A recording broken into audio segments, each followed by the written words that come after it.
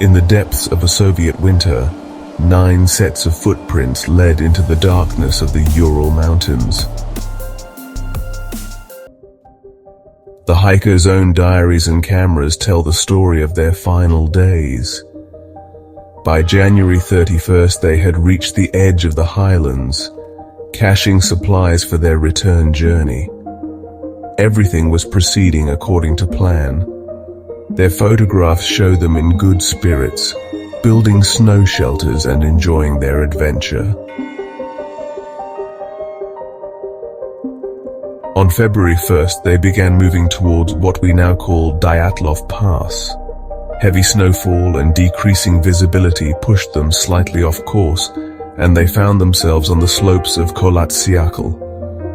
Around 5 p.m., they made a critical decision, one that experienced mountaineers would later question. They set up camp on an exposed slope, cutting a platform into the snow roughly 20 meters below the ridgeline. What happened next had to be reconstructed from evidence at the scene. We know they prepared for evening, setting up their tent and beginning to make dinner. A camera found at the scene shows their last photographs, ordinary scenes of camp setup, now haunting in their normalcy. When they failed to return as scheduled, search parties were dispatched on February 20th. The scene they discovered would spawn decades of speculation. Then something that remains debated to this day, caused all 9 hikers to cut their way out of the tent from the inside and flee into the brutal cold, many of them partially dressed, some in just their underwear, some barefoot. The first 5 bodies were discovered between February 26th and March 5th. Yuri Doroshenko and Georgy Krivonishenko were found first, barefoot and in underwear beneath an old cedar tree. Nearby lay the remains of a small fire. Dyatlov's body was discovered between the tree and the tent, apparently having tried to return.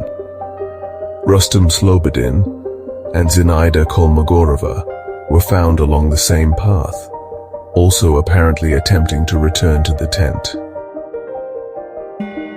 But it was the discovery of the remaining 4 bodies 2 months later that deepened the mystery. Found in a ravine under 4 meters of snow, these victims bore inexplicable injuries. Nikolai Thibaut Brignol had a severely crushed skull. Lyudmila Dubinina and Semyon Zolotaryov had major chest fractures that doctors compared to those seen in high-speed car crashes, yet their skin showed no signs of external trauma. Dubinina was also missing her tongue and eyes. What we do know is that 9 young lives were lost that night. Their story has become legend, but the truth of Dyatlov Pass isn't found in conspiracy theories or supernatural explanations.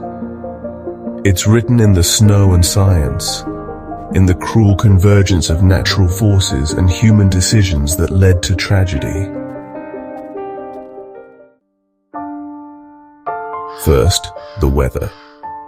That night saw temperatures around -25 degrees Celsius, with katabatic winds, dense cold air flowing downslope, creating dangerous snow conditions. These winds could have reached speeds of 60 meters per second, producing a frightening snow tornado effect.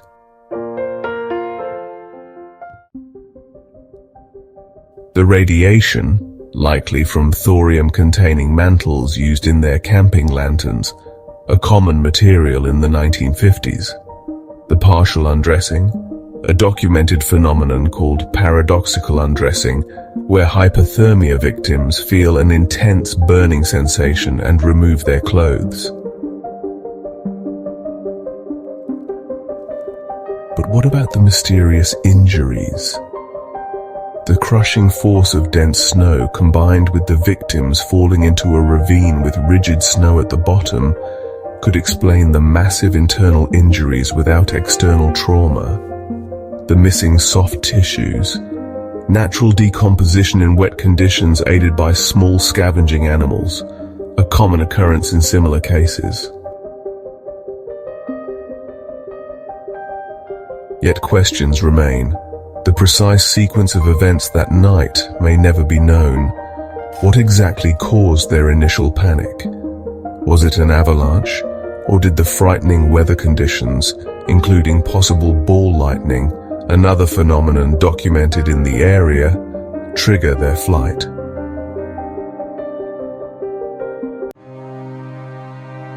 Today, Dyatlov Pass stands as both memorial and warning. A reminder of nature's raw power, and of 9 brave adventurers who ventured into the wilderness seeking discovery. They left behind not just a mystery, but a lesson about respect for the mountain's deadly beauty, and the thin line between adventure and disaster.